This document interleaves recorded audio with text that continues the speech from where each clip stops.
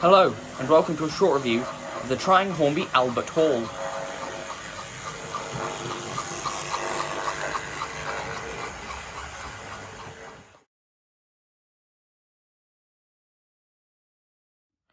The tooling for this model came out in 1965 or 66, and for its age, I think it's, aged really well. It doesn't have separately fitted handrails, which I'm always going on about, I know, but it's low-hanging fruit. But if you're good with the file and had little brass rods, I suppose you could fit them yourself. Yeah, it's still got sort of really nice paint application. The Great Western Railway lettering and crest looks really nice on the tender.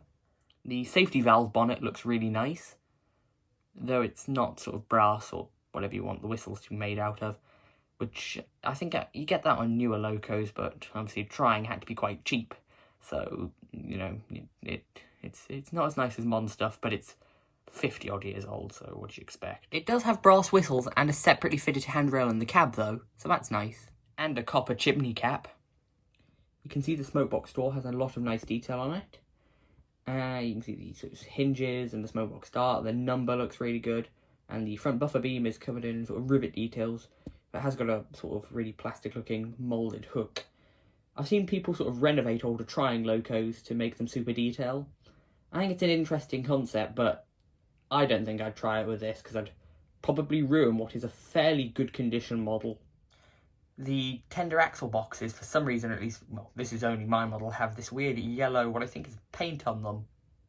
My loco is sadly missing its box, and it was quite cheap. I'll talk about price in a minute, but when I bought it, the motor was filthy, so I cleaned up the commutator, which was completely black, sort of gave the brushes a good sort of scrub, oiled the gears, and that fixed its problems, and now it's probably one of my best runners.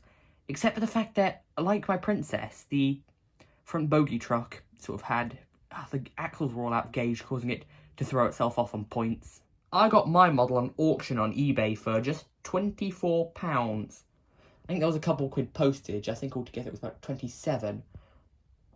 And I actually wanted a few things from him. I tried to get a Ren 4MT, but I got just outbid at the last second, so that's a shame.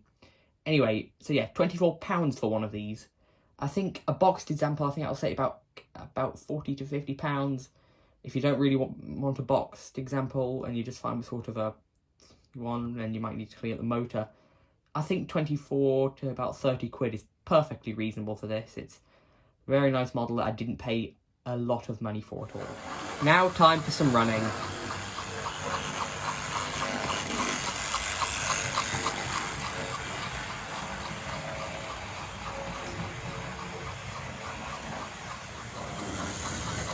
I don't know if you can hear the chuff-chuff sound over the wire of the motor. Maybe I should give it another surf, in the near future.